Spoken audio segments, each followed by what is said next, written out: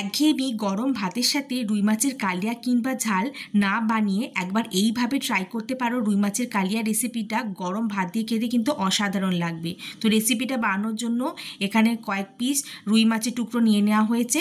এবার রুই মাছের টুকরোগুলোর মধ্যে পরিমাণ মতো হলুদ গুঁড়ো ছড়িয়ে দেওয়া হলো স্বাদ মতো নুন দিয়ে নুন হলুদ গুঁড়োটা রুই মাছের টুকরোগুলোর সাথে ভালো করে মাখিয়ে নিতে হবে। মাখানো হয়ে গেলে 10 থেকে 15 মিনিট রেখে দিতে হবে যাতে নুন হলুদটা ভালো মতো রুই মাছের টুকরোগুলোর মধ্যে ঢুকে যায়। তো সময় পেরিয়ে যাওয়ার পর মাছগুলো ভাজার জন্য কড়াইতে পরিমাণ মতো সর্ষের তেল গরম করতে দেওয়া হলো। তেল ভালো মতো গরম হয়ে গেলে মাছের টুকরোগুলোকে তেলের মধ্যে ছেড়ে দেওয়া হলো ভাজার জন্য।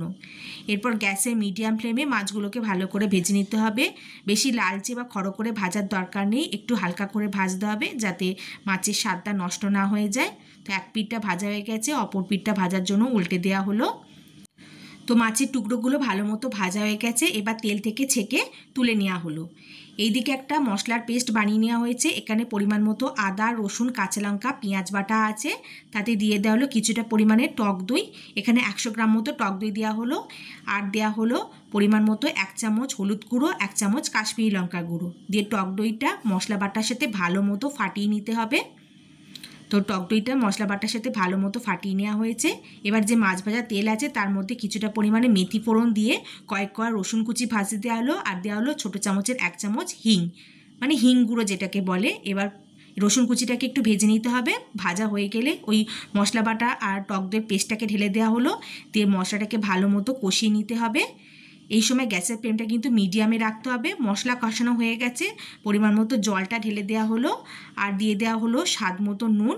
দিয়ে নুনটাকে ভালো করে মিশিয়ে নিয়ে একটু ঝোলটাকে ফুটিয়ে নিতে হবে গ্রেভি গ্রেভি হয়ে যাওয়ার জন্য। তো ঝোলটা ফুটে গেছে, এবার ভেজে রাখা মাছগুলোকে গ্রেভির মধ্যে দিয়ে দেওয়া হলো। দিয়ে ভালো করে মাছটাকে মিশিয়ে নিয়ে আরও খানিকক্ষণ ফুটিয়ে নিতে হবে। তো কিছুটা ফুটে গেলে দেওয়া হলো 2টো চেরা কাঁচা লঙ্কা, আর দেওয়া হলো কিছুটা পরিমাণ ধনেপাতা কুচি, আর দেওয়া হলো পরিমাণ মতো একটু মেথি গুঁড়ো।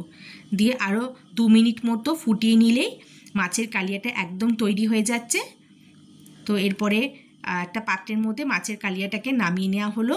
ভীষণই সহজ রেসিপি, এটা গরম ভাত দিয়ে তো খেতে দারুণ লাগবে, গরম গরম ফ্রাইড রাইসের সাথে খেতেও ভালো লাগবে।